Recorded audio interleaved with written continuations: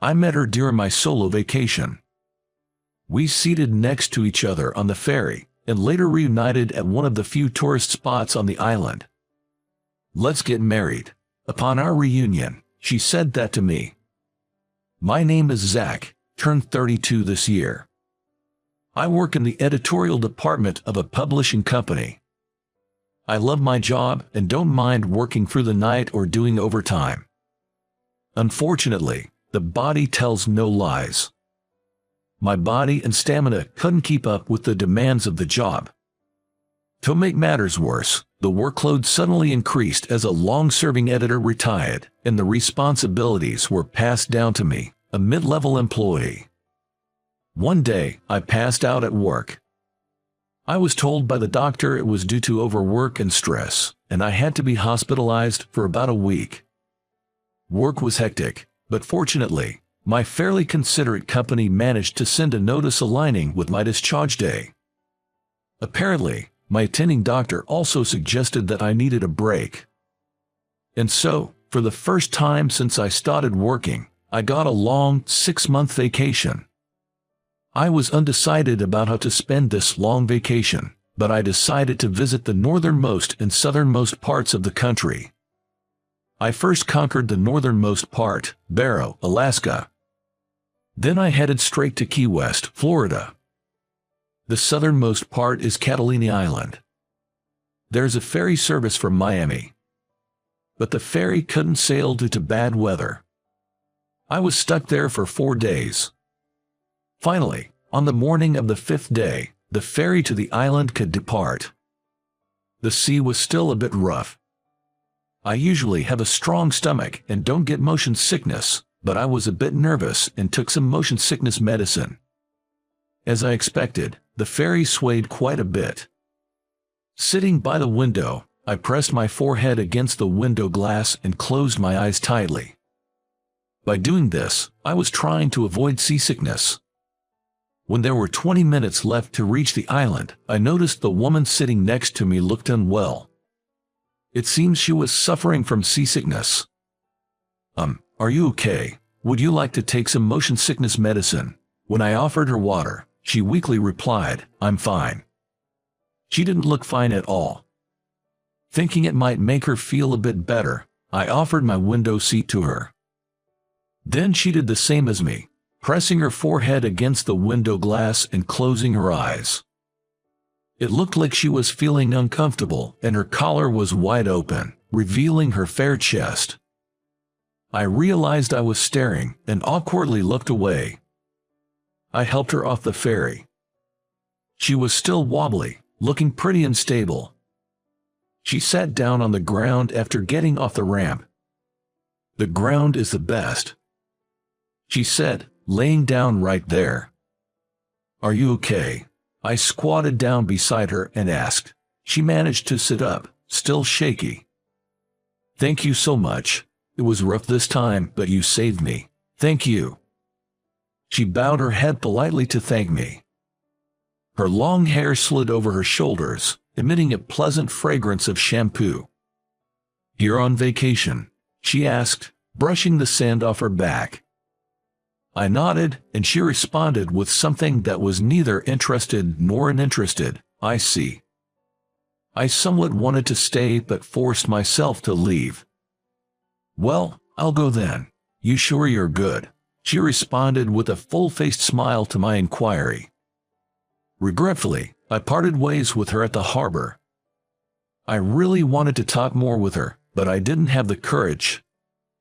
I felt pathetic, thinking that I should be enjoying myself more while on vacation.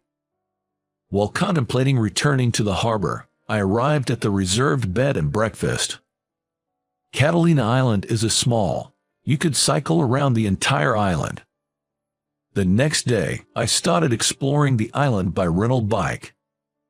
Sadly, the weather was not clear. The sea seemed rough too. It seemed the ferry from Miami was canceled again. Probably because of that, there weren't many tourists on the island.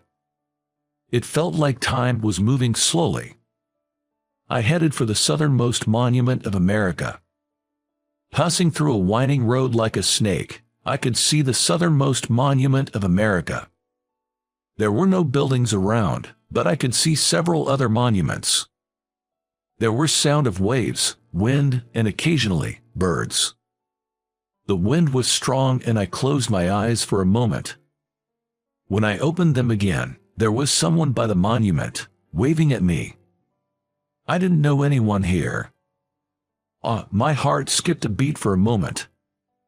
"Thank you for yesterday," she was waving, shouting in a voice that won over the wind. It wasn't a mistake. The girl from yesterday was waving at me. I refrained from running and approached her slowly. "How did you know I'd be here?" "Well, what other places are there to see around here?" she said with a smile.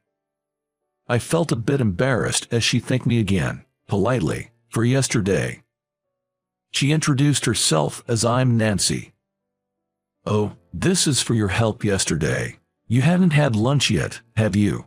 Nancy said, offering me a package wrapped in newspaper. It felt heavy in my hand.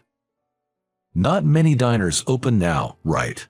I thought you haven't eaten lunch. It's a packed lunch." Opening the newspaper, I found a lunchbox with sandwiches inside. I felt warm inside, thinking she must have made it for me. "Thank you, I was getting a bit hungry." I thanked her and she smiled, handing me a water bottle. Maybe she means to eat here. We sat a little away from the monument and opened the lunchbox. Nancy casually picked up one of the sandwiches. They looked like typical homemade Southern American style sandwich. Nancy, munching on her sandwich before me, looked happy. "Is your family from this island?" When I asked, she replied, "No." She seems to have come relying on a friend living on the island. She said it had been a long time since she visited. That's when I noticed a ring shining on her left ring finger. My mood suddenly dropped.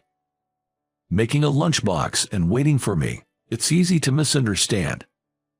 But she was flaunting evidence of being a married woman on her finger.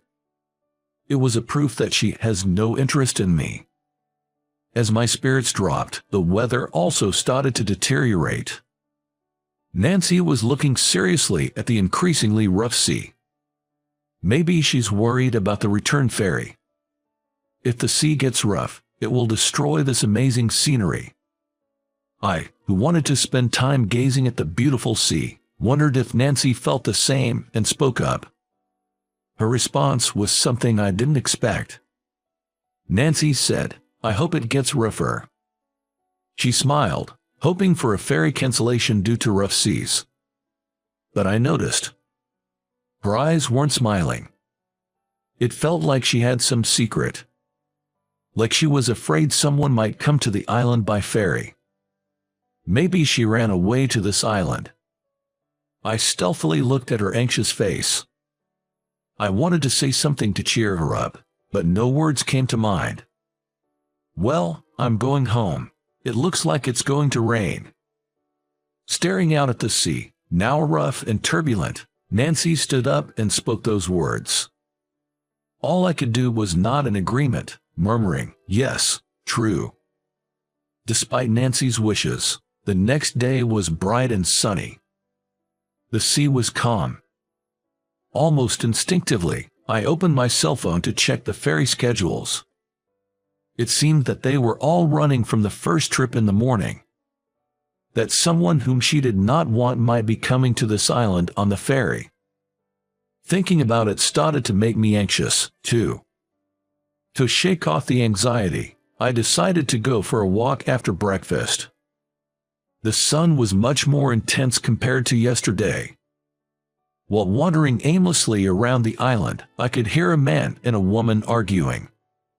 Without much thought, I headed in the direction of the voices. The scene was in front of a small house. There was a flashy, flamboyant guy raising his voice at someone.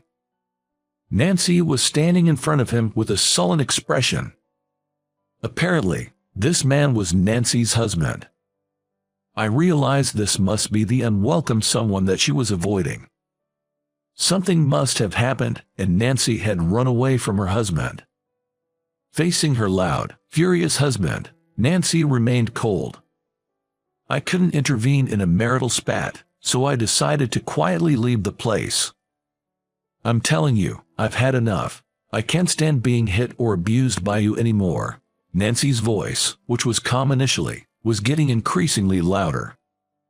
Hearing her speak about being regularly abused, I stopped in my tracks. If her husband was violent towards Nancy, I felt I had to intervene. Just shut up and come back home. You are making me chase you all the way out here. Her husband's shouting became louder and louder. I suddenly noticed a flashy woman wearing sunglasses sitting in a car that he apparently drove here in. She was watching the quarreling pair from the car, looking bored. You came all the way here. What were you thinking? Bringing your affair partner to take your wife back?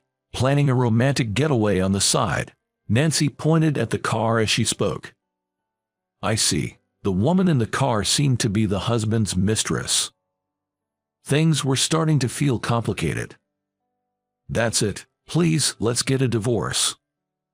At this word, her husband reacted. His face turned bright red, and he tried to drag Nancy by her arm toward the car. It hurts. Let me go. Are you planning to lock me up again? I'm not a pet. Let go of me. You should just wait for me at home and shut up. Don't think there's any more happiness in this world. I couldn't just stand there and watch. I had to step in between them and knock his hand away. He suddenly gave me a suspicious glare as I interrupted abruptly. Leave her alone. She doesn't want this, I said to him, shielding Nancy behind me. He clicked his tongue, asking, Who are you? I replied that I was her friend. I told him that I had heard their conversation, and it's wrong to forcefully take her home when she is refusing to do so. What the heck? Aren't you having an affair too? Do you think you are in a position to say anything about my affairs? Apparently, he misunderstood me as Nancy's lover. He laughs, making fun of Nancy. Moreover, he began to berating Nancy and said, This is what you get with such a flirty woman. Don't speak so ill of her. I couldn't keep calm anymore, seeing how he insulted her. He reached over my shoulder and grabbed Nancy's hair. Nancy, being pulled forcefully by her hair, almost toppled forward. It hurts. Let me go. He pushed me aside and tried to take Nancy away. To be clear, I'm not the fighting type. I'm terrible at confrontations. But this is not the time to back down. I got up and took Nancy back just before she was made to get into the car. I quarreled with her husband next to the car. Nancy stepped in between to separate us. I am divorcing you. This time, it was my turn to be shielded by Nancy. With her arms spread out, she was staring him down while shielding me behind her. What will you do after divorcing? Marry this guy, he said with a mocking tone. The next moment, Nancy turned around, smiling warmly at me. And looking into my eyes, she said, Let's get married. I was taken aback. But the words that came out were, Yes, gladly. I was astounded by our exchange as if we were in a fast food restaurant. But it seemed my reply was the right answer for Nancy. She hugged me around the neck with a big smile, saying thank you. Did you hear that? I've fallen for this man. So, I want a divorce. I've never met such a kind person. I can't be with you anymore. Hanging onto my neck, Nancy turned around and yelled back at him. I braced to be hit by him again at that moment. However, that moment never came. Because he, who had been so high-handed, collapsed at Nancy's words. He sat down on the spot, his shoulders shaking. I thought he was shaking with anger, but, to my surprise, he started shedding tears. Utterly astounded, I let out a dumbfounded gasp, staring blankly at her husband, who had started to cry out loud. It's rare to see a grown man cry out loud. While her husband was sobbing, Nancy was watching him with a clearly disgusted look. Then, she swiftly pulls off the ring from her ring finger and throws it at the weeping husband. Think crying will get you forgiveness? You really never grow up. Nancy looks down at her husband with a contemptuous gaze. I heard later it was always this pattern. He'd imprison Nancy in the house, using violence to ensure she met no one. Then when she'd lose her temper, he'd cry and apologize. He could have affairs freely outside. When Nancy brought up divorce, he flew into a rage and became violent. And he finally clings to Nancy, sobbing. No wonder Nancy wanted to escape. Even her husband's current fling, sitting in the car, was taken aback seeing him bawl. I remember when you were kind. This was the end of the road for a selfish man who thought a gentle Nancy would forgive everything. At Nancy's words, her husband's crying becomes even louder. I'll have my attorney contact you about the details. Don't ever come near me again, Nancy declared, leaving her sobbing husband behind. She tightly grips my hand and starts walking. When I look at her profile, she's firmly closing her mouth and staring ahead. Hey, did you really fall for me? I ask Nancy, who is walking and looking straight ahead. Nancy just answers, yes.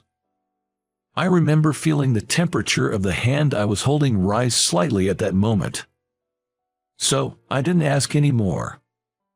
She probably wasn't lying. I was sure of it. Hey, let me say it too. She stops at my words and looks up at me with upturned eyes. Her eyes were wavering, seeming a bit anxious. It looks like she's afraid of being rejected by me. I've liked you since the first time we met. I think I will never forget Nancy's face turning red up to her ears the next moment. It's been 10 years since then. Nancy's fierceness back then was something else. I shiver just thinking about it. We're visiting this Catalina island, the place where we first met after a long time. Brings back memories. Next to me, Nancy, with my wedding ring shining on her finger, says this and smiles. I honestly tell her that seeing the ring on her ring finger back then had completely bummed me out. Nancy teases me with a really and a playful laugh. What happened to the ring that you threw away? That ring. It was embedded in the ground. The next day, Nancy said she found the ring embedded in the ground and stepped on it. She laughed uproariously, saying it might come out if dug up. Immediately after that event, we hired a lawyer and proceeded with the divorce process. Her ex-husband wouldn't agree to the divorce, so in the end, it came down to mediation. I wanted to marry her right away, but the divorce took about a year to finalize. I officially proposed to her the night the divorce was finalized. And happily, we get married a year later. It felt like a long journey. Now, blessed with 2 kids, we are a happy family of 4. We have our occasional fights, but that's part of the charm. I think I'm the one who usually gives in during our arguments. Hey, Mom, Dad, come here.